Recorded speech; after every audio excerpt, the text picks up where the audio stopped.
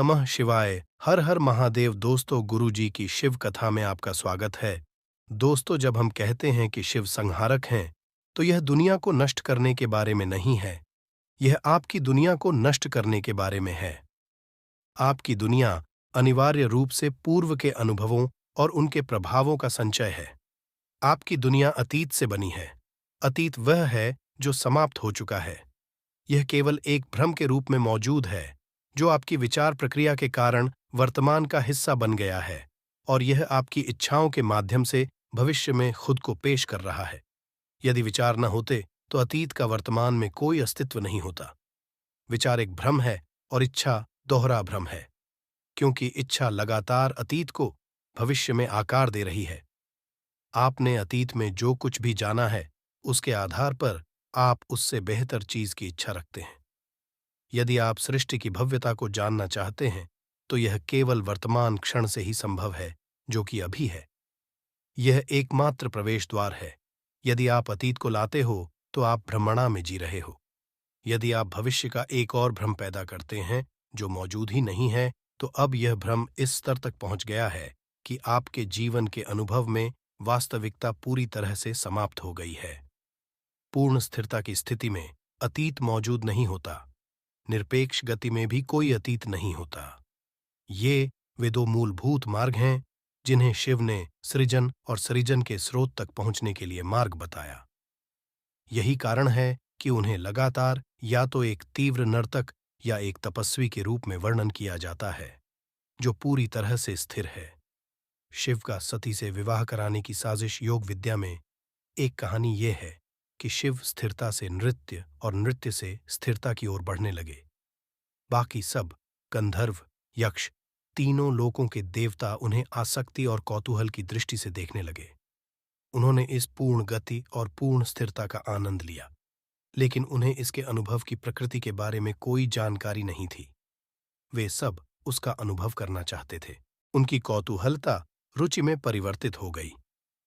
अपनी दिलचस्पी की वजह से उन्होंने उनके करीब जाने की कोशिश की, लेकिन वे उनके नृत्य की तीव्रता या उनकी स्थिरता की तीव्रता का सामना नहीं कर सके। अब उन्होंने योजना बनाना और साजिश करना शुरू कर दिया कि वे इस तरह का अनुभव कैसे हासिल कर सकते हैं जिसे वो व्यक्ति प्राप्त कर रहा था। उन्होंने एक बैठक बुलाई जो धीरे धीरे एक साजिश में बदल गई। उन्होंने किसी तरह भी उनकी शादी कराने का फैसला किया। हमारे पक्ष में कोई ऐसा होना चाहिए जो हमें बता सके कि इस तरह के अति आनंदित अनुभव, इस तरह के उत्साह और साथ ही मृत्यु जैसी स्थिरता का आधार क्या है। ऐसा लगता है कि वह दोनों का आनंद ले रहे हैं। हमें भीतर के व्यक्ति की जरूरत है। कई सारी बातें हुईं। मैं साजिश के पूरे विस्तार में नहीं जाऊंगा, क्योंकि यह एक बहुत बड़ी साजिश है। यदि आप शिव के अंदर के अनुभव समझना चाहते हैं, तो इसके लिए एक जबरदस्त साजिश की जरूरत है, जिसकी उन्होंने योजना बनाई, साजिश रची और उसे अंजाम दिया।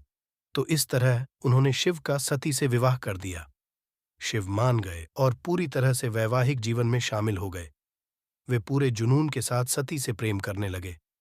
सती के पिता ने किया शिव का अपमान। उन्होंने सती को अपने जीवन का हिस्सा बना लिया। लेकिन सती के पिता दक्ष अपने दामाद शिव से नफरत करते थे, क्योंकि शिव राजा नहीं हैं। वे अच्छे कपड़े नहीं पहनते हैं, वे राख से लिप्त रहते हैं, वे मानव खोपड़ी में रखकर खाना खाते हैं। उनके सभी मित्र तमाम प्रकार के राक्षस, भूत और पागल प्राणी हैं। वे हमेशा या तो ध्यान में रहते हैं या नशे में, या तो वह आंखें बंद किए हुए रहते हैं या वह पागलपन के स्तर तक नृत्य में।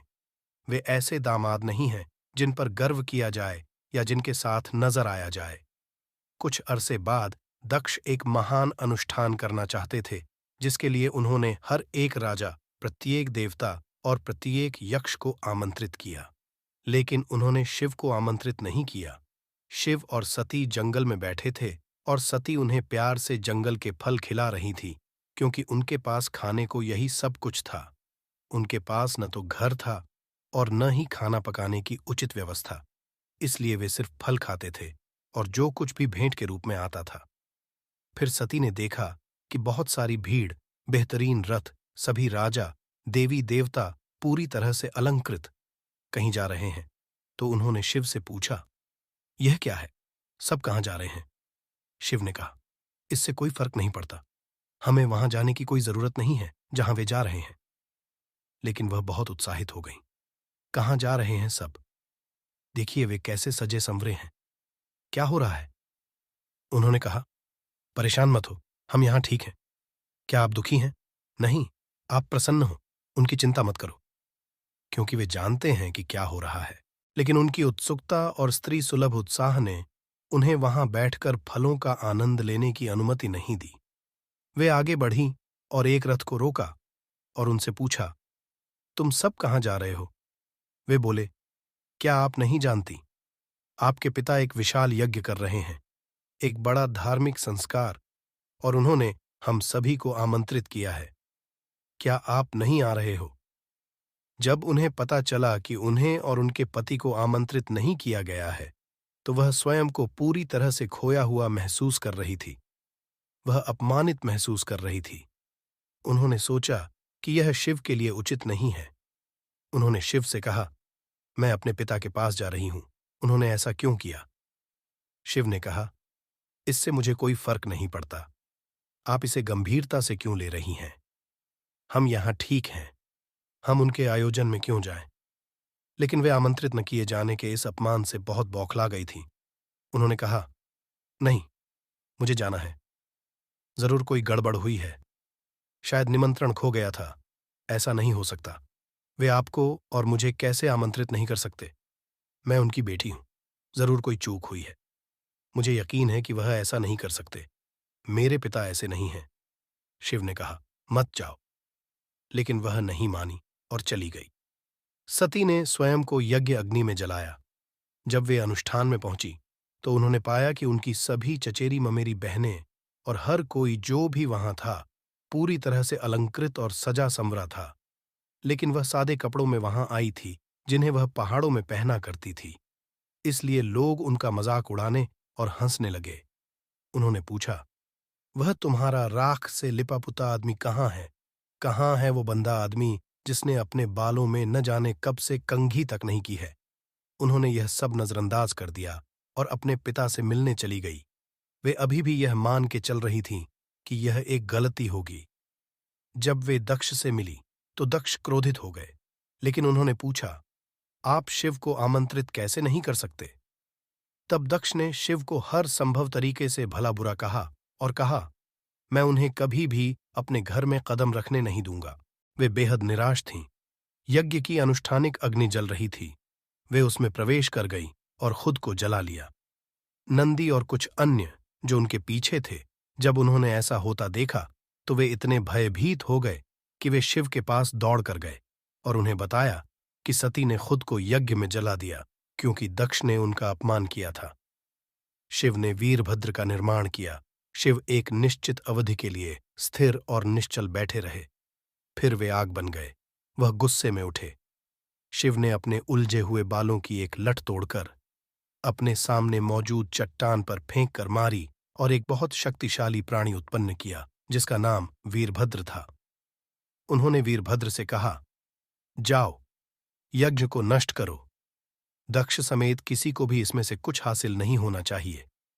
जो कोई भी इस अनुष्ठानिक आयोजन में शामिल है, उन्हें नष्ट कर दो। वीरभद्र ने क्रोध में आकर न केवल यज्ञ को नष्ट कर दिया, बल्कि अपने रास्ते में आने वाले सभी लोगों का वध कर दिया और इन सबसे बढ़कर दक्ष को सूली पर चढ़ा दिया। शक्ति स्थलों का जन फिर शिव आए। उन्होंने सती के आधे जले हुए शरीर को उठाया। उनका दूहक शब्दों में बयान नहीं किया जा सकता। उन्होंने उसे अपने कंधे पर रखा और चल दिए। वे बेहद रोष और शोक में थे। उन्होंने शरीर को न तो नीचे रखा और न ही आग की लपटों को उनके शरीर को भस्म करने दिया और न ही उसे दफनाया। वे बस चलते रहे। चलते चलते सती का शरीर सड़ने लगा और सड़ने के कारण उनके अंगों के कई टुकड़े और हिस्से हो गए और वे 54 अलग अलग स्थानों पर गिर गए। ये 54 स्थान भारत में शक्ति स्थल के रूप में सामने आए। उनके शरीर का जो अंग जहां गिरा वहां शक्ति का एक गुण स्थापित हो गया। ये भारत के प्रमुख देवी मंदिर हैं।